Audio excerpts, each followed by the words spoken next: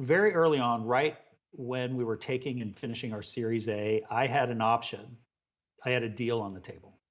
And this was what, 3 years in or so. Hmm. And I could have taken that deal and moved on. I was discussing with my venture capitalist at the time, who's like, hey, listen, if you want to take the deal and not take our money, I can't blame you for it, but I think you have a big run ahead of you.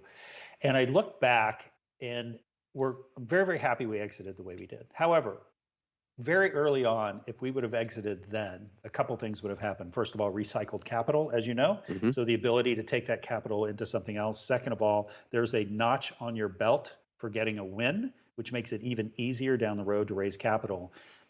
Third, you're removing the risk of the what if, right? Of Hmm. maybe I'll get a bigger exit.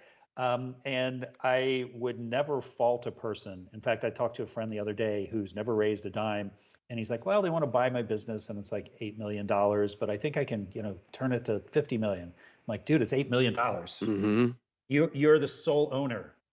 That is, I cannot tell you that's life changing for 98% of people, unless you have a trust account or whatever the count the thing is. But there is nothing wrong with exiting and not holding. I will say that as well. So you just have to really have good people around you that's willing to give you advice based on what's right for the holistic picture versus what's just right for your investor or you, et cetera.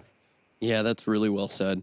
I add, sometimes I think you touched on it, is the value of your time, right? What Ah, you could be doing, right, in the next year and a half, 2 years, the next venture. But yeah, you put a win on the board, and you're right, raising capital is easier, building a team is easier. You get to kind of not have the same day-to-day financial stress on you, and maybe you're making smarter decisions. And the utility of the dollar after 8 million bucks, it's like, come on, right? Yeah, we read about the big, tech crunch unicorn exits, but that's not the world we all live in.